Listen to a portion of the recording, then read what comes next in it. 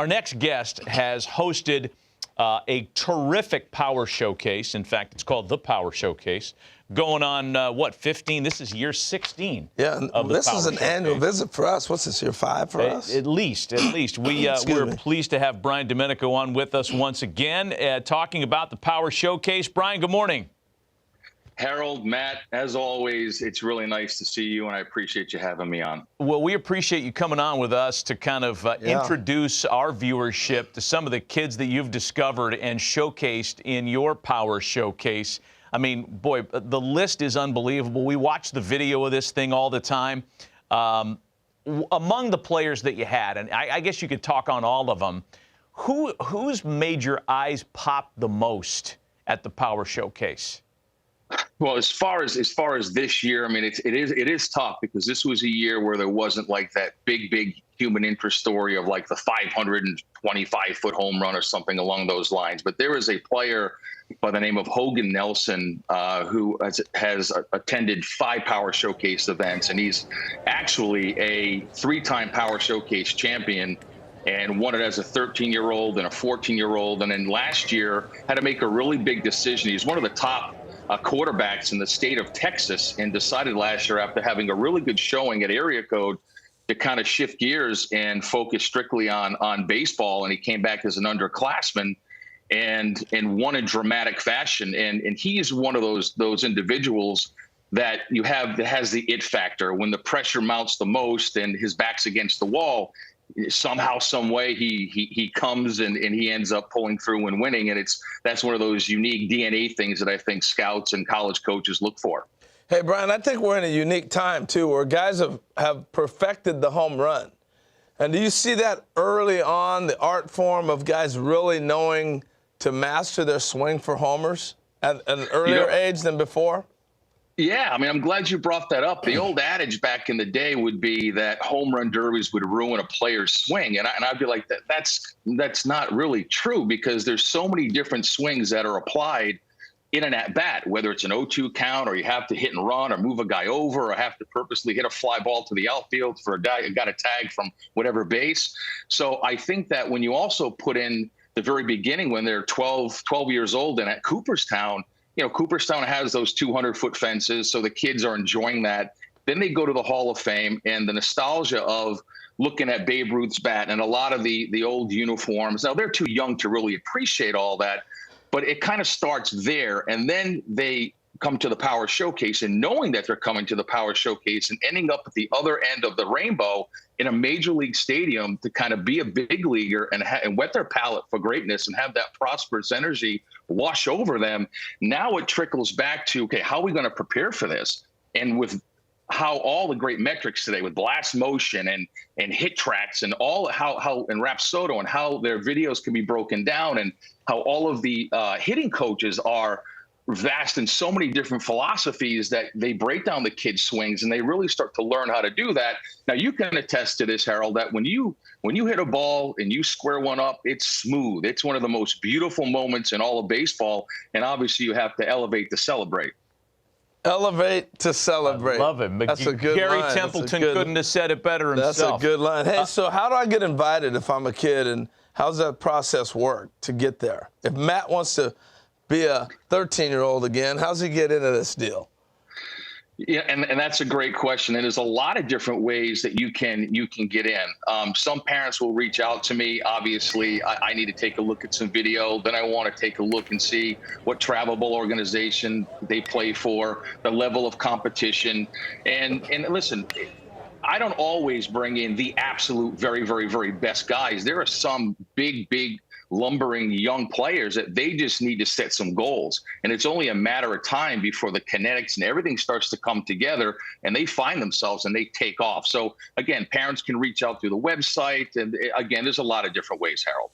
Hey, so give us some names of some players, either prospects in minor league ball or big leaguers who've come through the Power Showcase. Well, I think the most noticeable one was Bryce Harper, obviously. And then you had, Tristan Costas, who's now the starting first baseman for the Boston Red Sox. And when he did the Power Showcase, he hit 5 500-foot home runs, which was really incredible. And then it was Blaze Jordan that you and I had talked about many times. And then he won the junior Major League Home Run Derby. There was a young man by the name of David Denson that hit a 515-foot home run off the Jumbotron. That was back in 2012. Daniel Vogelback. I mean, there's countless guys in the big leagues. Tell us about this DiMaggio Lonero. Oh, DiMaggio Lonero, leaving nothing to the imagination. A very, very cool story. So his grandfather was an Italian immigrant. And so when he got to New York, just fell in love with baseball and obviously the New York Yankees. And when he had his son, which is DiMaggio's father, his name was Bill. When Bill grew up, he obviously was a diehard Yankee fan. So he decided to name his son DiMaggio. And his father was like, well, listen, that's kind of a tough name to live up to. And what's ironic is that DiMaggio actually told his father, and he knew about the event because two of his buddies at the event a couple of years ago, a player named Drew Rapepi, who actually was a two-time Power Showcase world champion. He told his father, he's like, I'm gonna go down and I'm gonna win it. And I think he put out some incredible numbers, 468 feet with his longest home run. And he has tremendous raw power. And like I said earlier, just scratching the surface and his potential. And I think he did Joe DiMaggio pretty proud, for sure. Yeah, I would say these kids are breaking my back looking at these videos. Italians, baby. Like Italians. I understand they also named the family dog Yogi.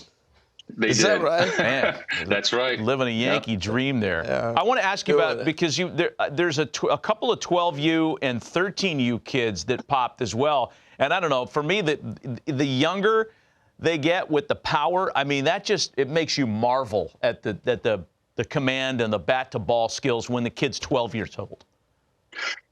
Great point. I think that some kids gravitate towards enhancing their baseball DNA and looking for that next big stage to have to compete upon, like IJ Garza you just saw. That's Tyler Cerruti. That's Sebastian Carthace, who actually won Week 9's Home Run Derby in Cooperstown. Austin Brown, who is a 14-year-old, Harold and Matt, that hit a 479-foot home run. Wow. Here it is right here. He hits it, and it goes off the back of the loanDepot sign. Check this out. Looks like Corey Hart. Beautiful, easy swing. Yep. Beautiful, easy swing. Oh, man, it's unbelievable. That is amazing.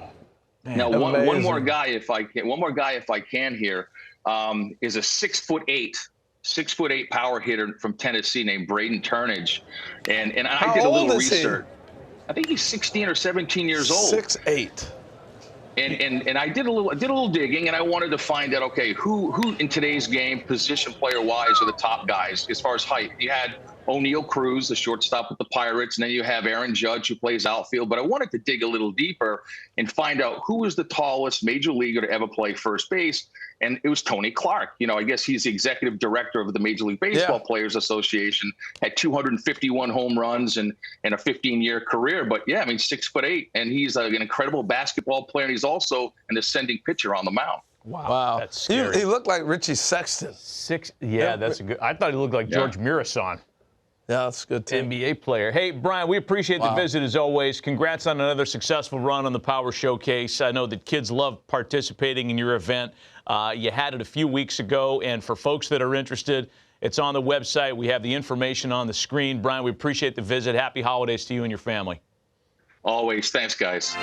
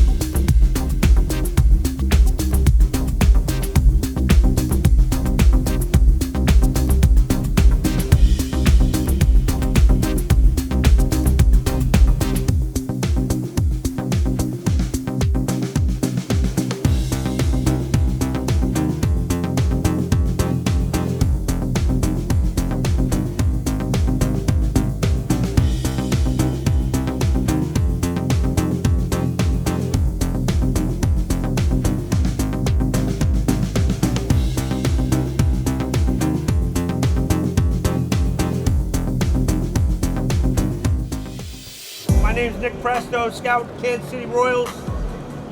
It's a great opportunity. Appreciate you guys being here, hitting on a big league field. We're going to run you through a scout day. You know, as scouts, we're looking for a bunch of things to see if you're going to be a professional player. I mean, obviously, we're looking for hitting. We're looking for power. We're looking for running, arm strength, and fielding. Those are the 5 tools that we're looking for. All this stuff's important if you want to play this game.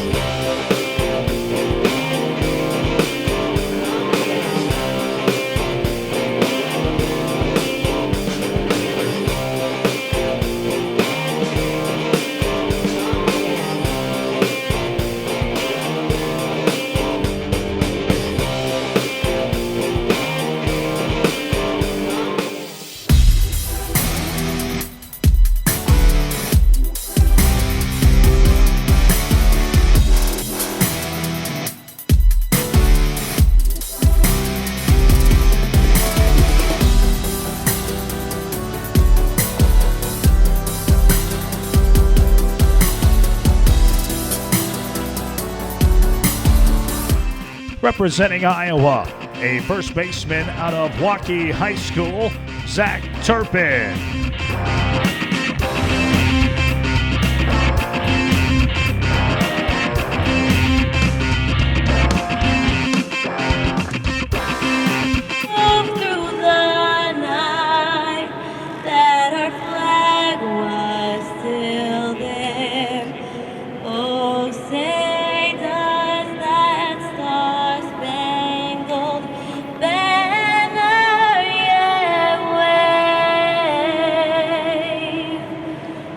The land of the free and the home of the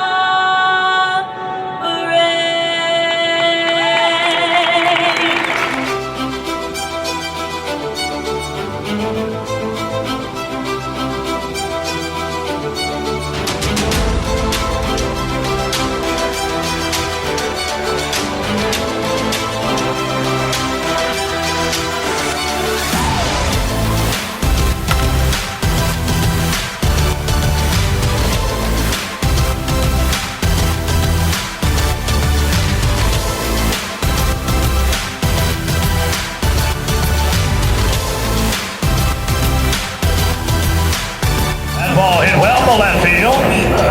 It's out of here.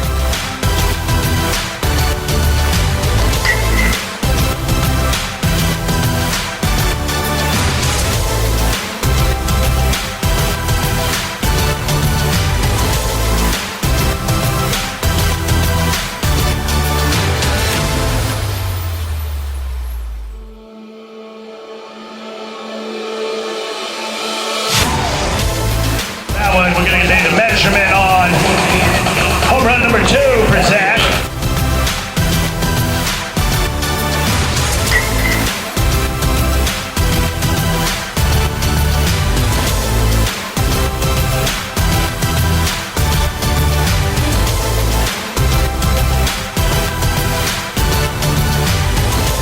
If it stays fair, it's gone. And it's fair.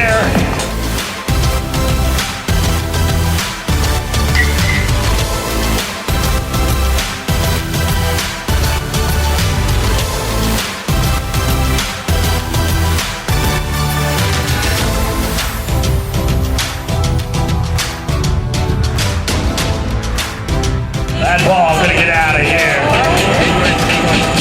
Home run number 4 for Zack. That's gonna do it right there for Zack Turpin. Finishes round.